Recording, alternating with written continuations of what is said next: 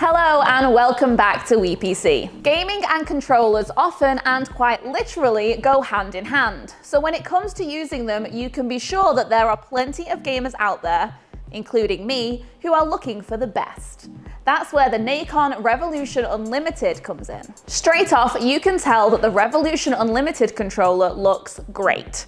The first thing you're going to notice is the matte black look NACON have gone for with this specific gamepad, which is only enhanced by the sparing use of RGB under the right stick, below the PS button and just below the trackpad to keep you aware of what profile you are using. Honestly, the controller looks great, and it's not just aesthetics that are enhanced for this PC PS4 Elite controller.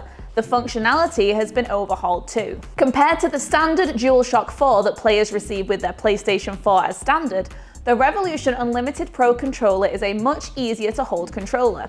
I believe that this is thanks to NACON taking some creative leads from Microsoft, with this controller adopting the same joystick and button layout as an Xbox One controller, as well as the larger actual size. You might think that it's odd that this official PS4 controller adopts some aspects of the Xbox One, but in my opinion, they are exactly the right aspects to adopt.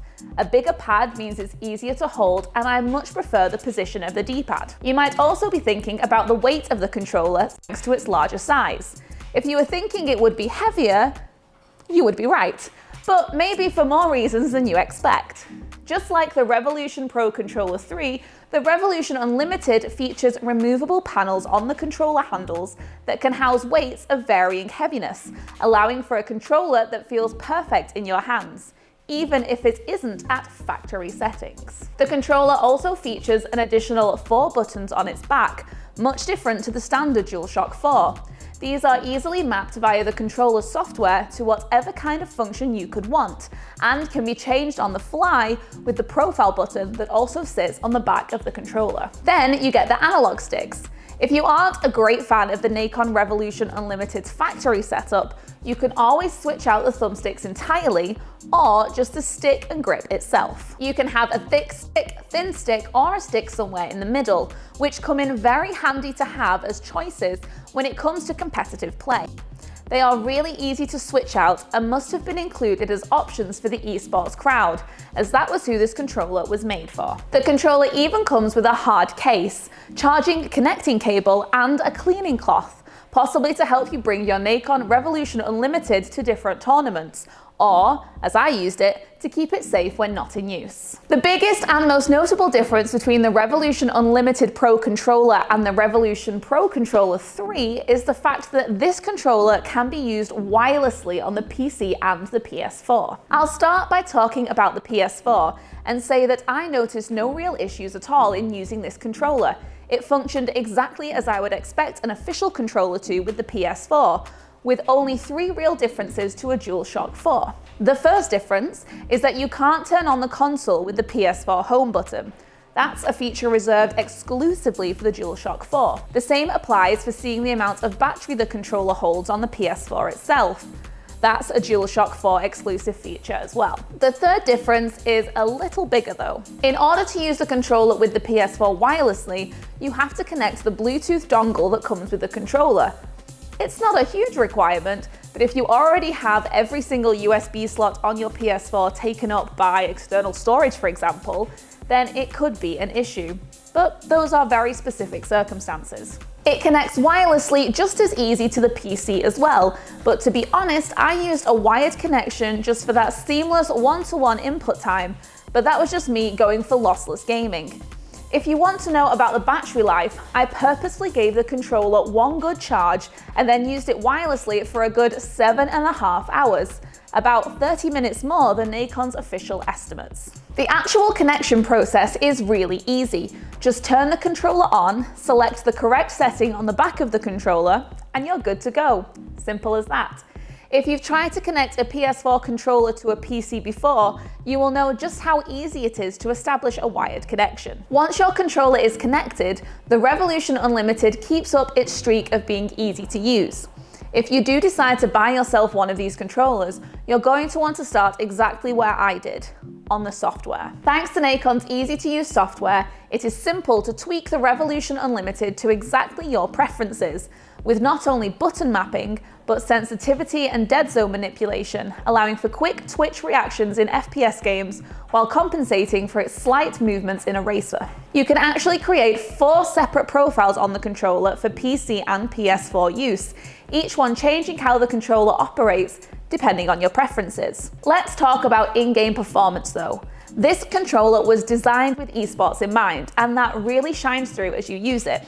Alongside the fully customizable software built into the controller, you can also adjust its weight and thumbstick size and grips with included weights and alternatives, making the NACON Revolution Unlimited a level of personalizable that I haven't come across before in a controller. Outside of the switchable thumbsticks and weights, the controller is incredibly easy to hold for long periods of time, and the hardware feels incredibly durable. The hard plastics and metals used on the buttons all feeling they were built to last, and that they can put up with punishing performance that might come alongside competitive multiplayer. That is just what the controller is like to first hold though. What's it like to use in-game? I used the controller on both PS4 and PC and noticed that I had an incredibly similar experience on each platform, perhaps only difference because of the lack of aim assist on the PC. On the console, the NACON Revolution Unlimited's back buttons gave me a huge advantage. I could crouch, jump, reload, and melee without sacrificing movement. Combine the usefulness of the back buttons with the customizable nature of the buttons, and you get a really excellent controller for competitive FPS. I had my L2 trigger set to respond at the slightest touch so that I could ADS anytime I saw the slightest movement. Paranoid? Yes. But it did give me an additional few milliseconds off my response time, which when you're playing competitive can make all the difference. I did something else with the controller that drastically helped my Call of Duty stats. I set up 2 profiles on the controller that I alternated between, allowing me to switch from the 2 as I played. Why? So that when I was running and gunning, I had a slightly more sensitive right thumbstick for quick twitch hipfire shooting, while the second profile allowed for a smoother, easier aiming down a scope, so that when I burrowed into a sniper hole, I could quickly switch between the 2 settings without too much fiddling. I loved this adaptability, and it definitely helped out on both console and PC against other players. In fact, the quick profile switching allowed me to keep abreast of even the most seasoned mouse and keyboard players, which in an FPS on PC is a mean feat. I want to take a moment to talk about the tension within the analog sticks on this controller. I really noticed during my time playing Battlefront 2 that the thumbsticks would almost instantly snap back to their neutral position on the gamepad, meaning that barrel rolls, banking, and all that other fun stuff that goes along with flying in video games was much more immediate and responsive. Compare that to the performance of the DualShock 4, which in comparison can feel quite sluggish, and you definitely notice the advantages of using the PS4 controller on PC. Thanks to the wired option input, I also use the controller with a 1-to-1 input line, which is helpful and obviously brings you to par with most other players using a wired controller.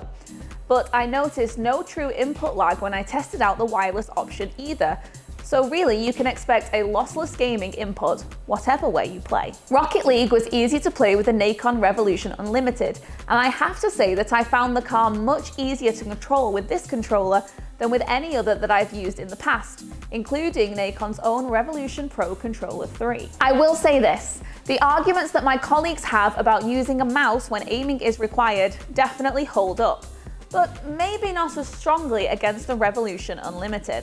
If you're looking for a way to experience PC gaming on a controller, then I cannot recommend the NACON Revolution Unlimited enough. Made from a sturdy and comfortable to hold material with a brilliant button layout, as well as the addition of back buttons and a fully customizable weight and analog stick layout, this gamepad is perfect for the console gamer looking to up their game with a PS4 Elite controller, or to connect their controller to a PC to help them enter the insanely competitive world of PC gaming. For an official Elite controller, the NACON Revolution Unlimited's price point is completely reasonable, and for the money you put down, you get not just a lot of controller, but also a lot of wiggle room to completely customize your gamepad to the way that you play. As always, if you enjoyed the video, don't forget to give us a thumbs up, click that notification bell so that you never miss a video, and hit subscribe to help support the channel.